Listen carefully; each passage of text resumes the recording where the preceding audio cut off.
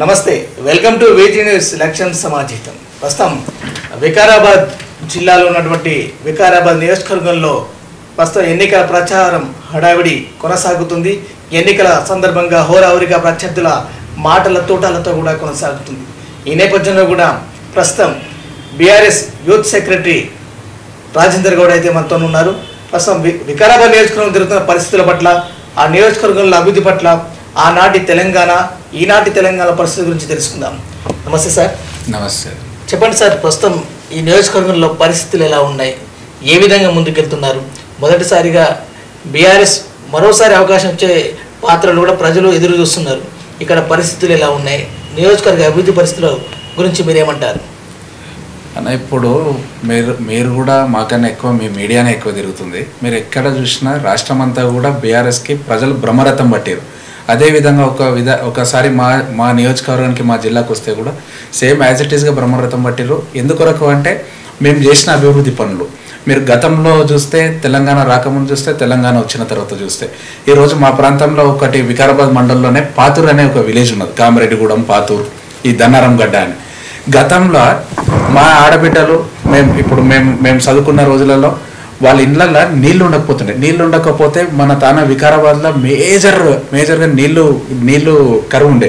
ఆ కరువు ఉన్న ప్రాంతంలో ట్యాంకర్ల కొరకు లీడర్ల చుట్టుపడుతుండే జనాలు. లీడర్ ఏదన్నా ఆ ఊర్లకు సర్పంచ్ కానీ, లేకపోతే ఒక ఎమ్మెల్యే స్థాయి నాయకుడు, ఎంపీ స్థాయి నాయకుడు కూడా పోతే మొత్తం బిందెల ప్రదర్శన చేసి ధర్నాకు కూర్చుండే. ఇవాళ నేను ఒక మీ ద్వారా నేను కాంగ్రెస్ నాయకులను, బీజేపీ నాయకులను నేను ఒక సూటి ప్రశ్న ఇస్తున్నా వాళ్ళకు.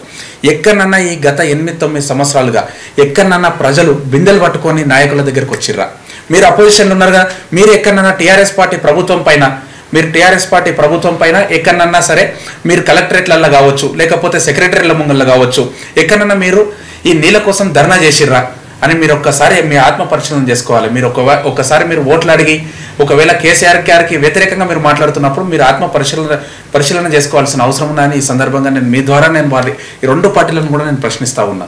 అంటే మెతుకు ఆనంద్ గారి పనితీరు లాస్ట్ 5 సంవత్సరాల కింద గెలిచినప్పుడు 2019లో ఎప్పుడైతే మా పార్టీ అవకాశం కల్పించి వారు మా పార్టీ అభ్యర్థిగా గెలిపించడం మొదలుపెట్టిందో, గెలిపించిన మొదలుకెళ్ళి వారు అత్యంతమైన చాలా, మీరు ఇప్పుడు గతంలో చూస్తే ఏ నాయకుడు కూడా, మా ప్రాంతంలో గెలిచిన నాయకుడు ఇంత ప్రజలకు అందుబాటులో ఎవరు లేకుండే. ఒకటి.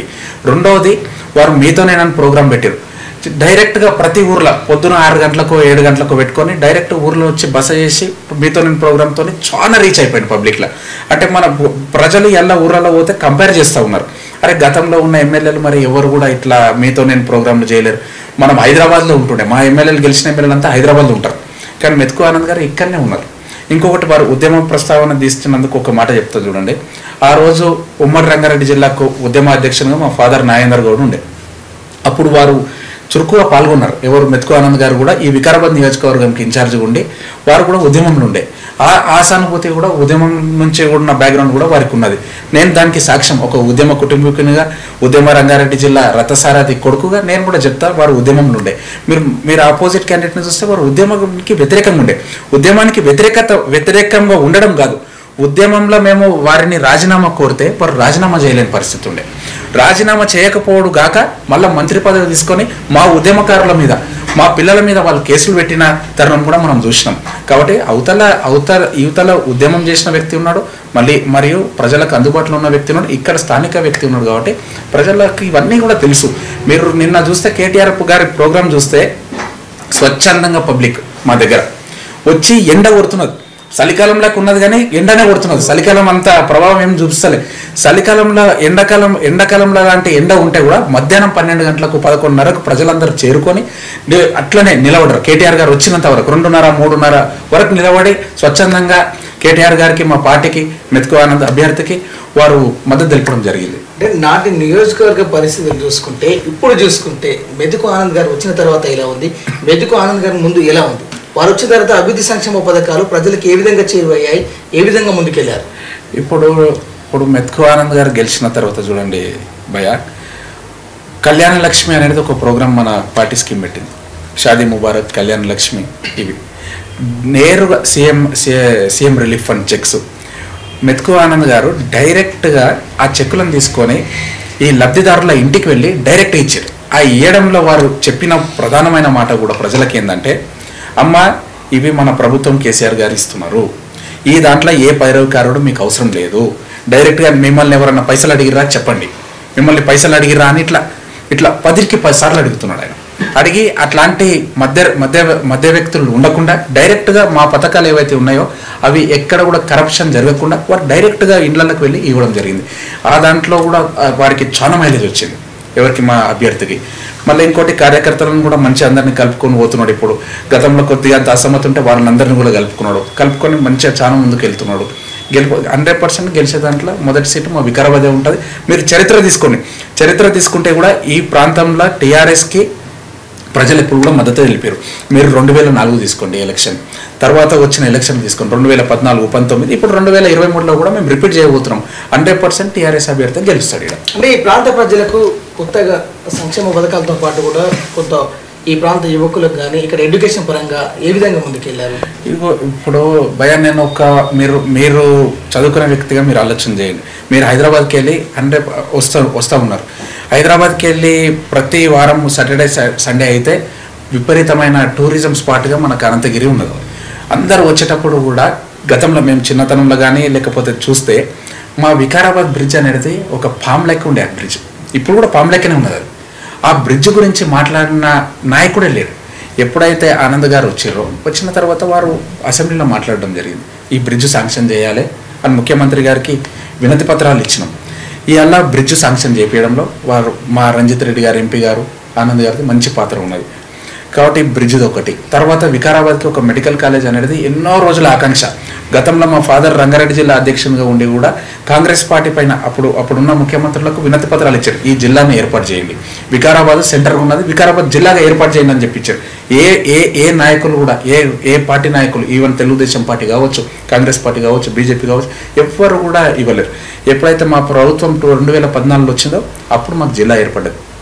ఈ జిల్లా ఏర్పడమే కాకుండా మెడికల్ కళాశాల వికారాబాద్కి ఉన్న ఒక ఆకాంక్ష అయితే ఇలా మెడికల్ కాలేజ్ ఏర్పడ్డది.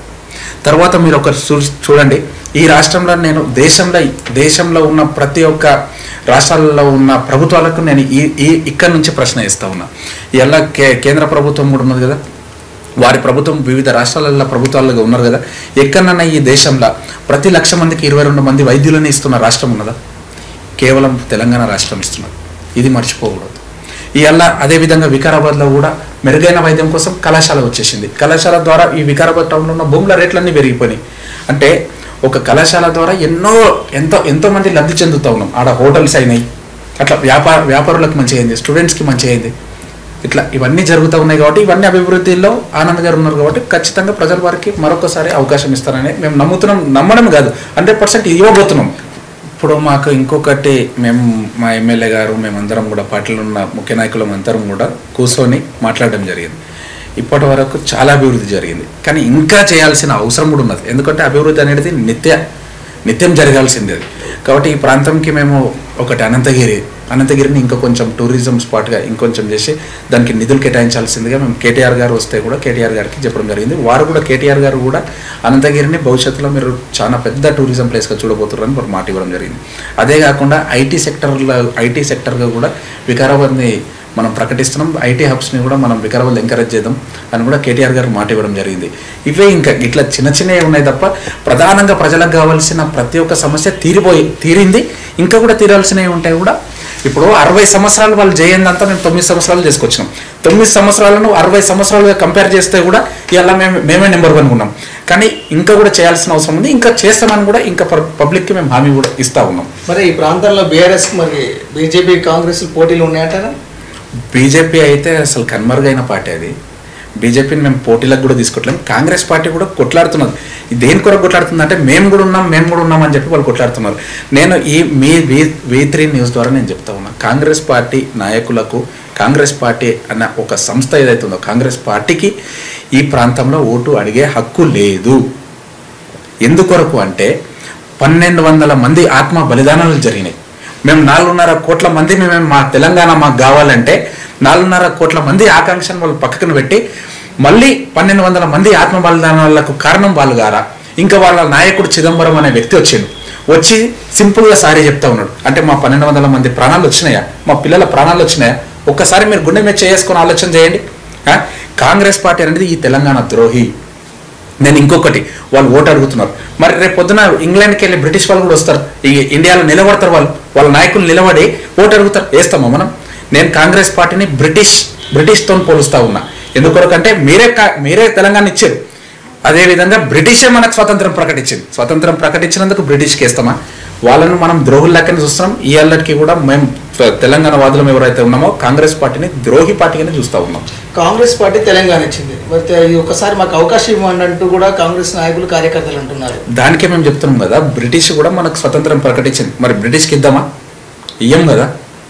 ఎంతమంది మన త్యాగాలు చేస్తే మనకి ఈ స్వతంత్రం వచ్చింది భారతదేశానికి. అదేవిధంగా ఎంతమంది మన పిల్లలు ఆత్మ బలిదానాలు అయిన తర్వాత వచ్చింది. వీటన్నిటికీ కారణం వాళ్ళు గారా, వాళ్ళ దొంగలు గారా? మీరు ఒక్కసారి ఆలోచన చేయండి. ఈ 6 గ్యారంటీల పథకాల ద్వారా మళ్ళీ ప్రజల కోసం మద్దతు తెలిపాలంటూ మరోసారి కాంగ్రెస్కి అవకాశం ఇవ్వాలి ఒక్కసారి అంటూ కూడా ప్రజల్లోకి వెళ్తున్నారు. మరి బీఆర్ఎస్ పార్టీ ఏ విధంగా తిప్పికొట్టే అవకాశాలు ఉంది? 55 ఏళ్ళ అవకాశం ఇచ్చినాం వాళ్ళకి. 55 ఏళ్ళలో చేయండి, ఈ ఒక్కసారి అవకాశం ఇస్తే ఏం చేస్తారు? ఇంకోటి, ప్రజలు నమ్ముతలేరు కూడా. దేని కొరకంటే ఏదన్నా చెప్పిన మాట నిలబెట్టుకుంటారు అంటే అది కేసీఆర్ గారే నిలబెట్టుకుంటారు అనేది ప్రజలలో బాగా గట్టిగా వెళ్ళిపోయింది. ఈవెన్ ఇప్పుడు ఒకరు చెప్తే వినే పరిస్థితి కూడా లేదు. ఒక నాయకుడు వచ్చి లేకపోతే ఒక పెద్ద సభ పెట్టి భారీ ఎత్తున హంగామా చేసినంత మాత్రంలో కూడా ప్రజలు క్లియర్గా అంటున్నారు. ఇప్పుడు మనం సభలు చూస్తున్నాం, మా దానికి సభలలో ఎట్లా వస్తున్నారు అంటే స్వచ్ఛందంగా ఖాళీ మేము ఇన్ఫర్మేషన్ ఇస్తున్నాం. ఏది రేపు కేటీఆర్ గారు వస్తున్నారు మన వికారాబాద్కి, అందరు రావాలని ఇట్లా కేవలం ఒక సమాచారం ఇస్తే స్వచ్ఛందంగా వస్తున్నారు వాళ్ళదంతా. కానీ నువ్వు అదే కాంగ్రెస్ పార్టీ చూస్తే వాళ్ళు పైసలు ఇచ్చి గ్యాదరింగ్కి వాళ్ళు విపరీతమైన కష్టపడుతున్నారు. వచ్చిన తర్వాత ఆ గ్యాదరింగ్లో మనోళ్ళు ఎవరైనా ఉంటే అడిగితే అన్న ఉత్తగా 500 ఇచ్చిర్రే అందుకు వచ్చినామో, కానీ ఎవరేస్తామన్నా ఈ దొంగలకు అని ఇట్లాంటి పరిస్థితి ఉన్నది ఇవాళ. అంటే కాంగ్రెస్ వచ్చిన తర్వాత గతంలో ఏం చేశామో తెలియదు, కానీ కాంగ్రెస్ ఇచ్చిన తర్వాత తెలంగాణలో కాంగ్రెస్ ప్రభుత్వాన్ని ఒక్కసారి చూడండి అంటూ కూడా ప్రధానంగా రేవంత్ రెడ్డి ముఖ్యంగా ఇటీవల వారు మేనిఫెస్టో కూడా వివరించారు. బీఆర్ఎస్ ప్రభుత్వం కూడా ఇచ్చినటువంటి మేనిఫెస్టోలో కూడా ప్రజల సంక్షేమాభివృద్ధి కార్యక్రమాలు ఏ విధంగా అందించాలి కూడా ఉంది. ఈ 2 మేనిఫెస్టోల విధానాలు సరే, ఇప్పుడు కాంగ్రెస్ పార్టీ వస్తే ఒక మేనిఫెస్టో రిలీజ్ చేసింది అంటారు. ఆ మేనిఫెస్టో మీద రెస్పాన్సిబిలిటీ తీసుకున్న పర్సన్ ఎవరు? ఆ మేనిఫెస్టోకు రెస్పాన్సిబిలిటీ ఎవరు అని నేను అడుగుతా ఉన్నా. ఎందుకొరకు అంటే వాళ్ళ తన 10 మంది ముఖ్యమంత్రి అభ్యర్థులు, నల్గొండ జిల్లాలోనే 4 అభ్యర్థులు, ఖమ్మం జిల్లాలో అభ్యర్థులు, వాళ్ళకు ప్రతి దగ్గర వాళ్ళకు కుర్చీల కొట్లాటనే ఉన్నది. No one is responsible for their manifesto. రేపు పొద్దున గెలిస్తే కూడా ఎవరు కూడా ఆ రెస్పాన్సిబిలిటీ తీసుకోరు. కోమటిరెడ్డి గారు ముఖ్యమంత్రి అయితే రేవంత్ రెడ్డి గారు వ్యతిరేకమే చేస్తారు. రేవంత్ రెడ్డి గారు ముఖ్యమంత్రి అయితే నిజామాబాద్ నాయకులు కాదంటారు. ఇట్లా కాబట్టి కాంగ్రెస్ పార్టీకి వాళ్ళకు ముఖ్యమంత్రి అభ్యర్థులు లేరు. No one is responsible for their manifesto, just for the advertisement. వాళ్ళు ఒక షో ఆఫ్, మేము కూడా ఉన్నాం, సరే మీరు ఉన్నారు బతుకోండి. అంటే కాంగ్రెస్ వస్తే కరెంటు కష్టాలు వస్తాయంటే కూడా కేవలం 3 గంటలు మాత్రమే కరెంట్ అంటే దాని అంశం మీద మీరు ఏ విధంగా చూస్తారు అన్న? నేను మీకు ఒక్క విషయం చెప్తా చూడండి. గతంలో 2014 ముందు మా ఫాదర్ ఉద్యమ అధ్యక్షుడిగా ఉన్నప్పుడు కేసీఆర్ గారు తన భవన్లో మేము మీటింగ్లు అవుతుండే, అందరు అధ్యక్షులతో మీటింగ్లు అవుతుండే. ఎప్పుడు కూడా కేసీఆర్ గారు ఆఫ్టర్నూన్ 2 తర్వాత మీటింగ్ పెడుతుండే. దాని యొక్క అర్థం తెలుసా మీకు? 2 తర్వాత ఎందుకు పెడుతుండే? మరి మార్నింగ్ సెషన్స్లో ఎందుకు పెట్టకపోతుండే?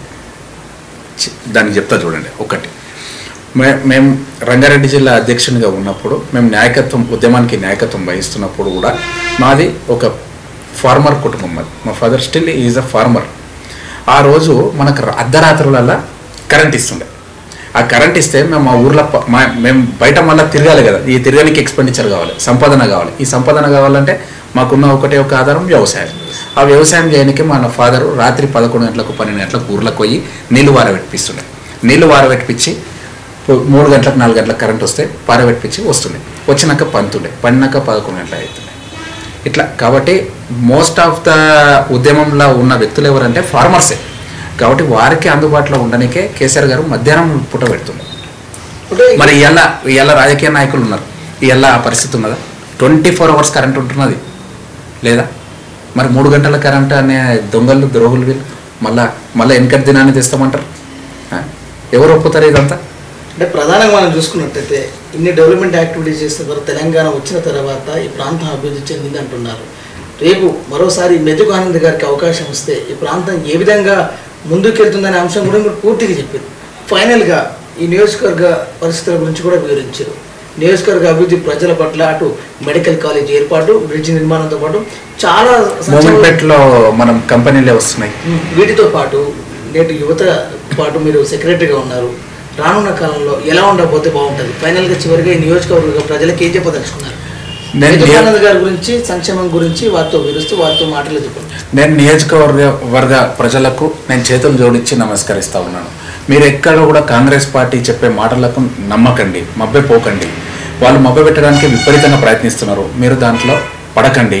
నేనేమంటున్నా అంటే మనకు వికారాబాద్లో లోకల్లో ఈయనే ఉంటాడు మన అభ్యర్థి. ఎప్పుడు వచ్చినా ఈయనే ఉంటాడు. ఈయన వికారాబాద్లో ఇల్లు అయినది. మనం హైదరాబాద్ పోవాల్సిన అవసరం లేదు. మనకు అందుబాటులో ఉన్నాడు. మళ్ళీ ఇంకోటి, మనకి ఈడ వికారాబాద్లో అందుబాటులో ఉండడమే కాకుండా మన గ్రామాలకి మీతో నేనన్న ప్రోగ్రాం ఎవ్రీడే నడుస్తూ ఉన్నది. గత 4 సంవత్సరాలుగా నడిచింది. అది ఆ ప్రోగ్రాం కంటిన్యూ అవుతుంది. దాని ద్వారా కూడా మన సమస్యలు మనం తెలుపుకోవాల్సిన అవసరం ఉన్నది. తెలుపుకోవడానికి కూడా అవకాశం కూడా ఉన్నది. కాబట్టి వికారాబాద్ ప్రజలు స్థానికునికి అవకాశం ఇవ్వండి. కాంగ్రెస్ పార్టీకి ఎక్కడ కూడా నమ్మకండి. ఆ దొంగలు ద్రోగులను మీరు నమ్మకండి అని కూడా మీకు నేను విజ్ఞప్తి చేస్తూ ఉన్నాను.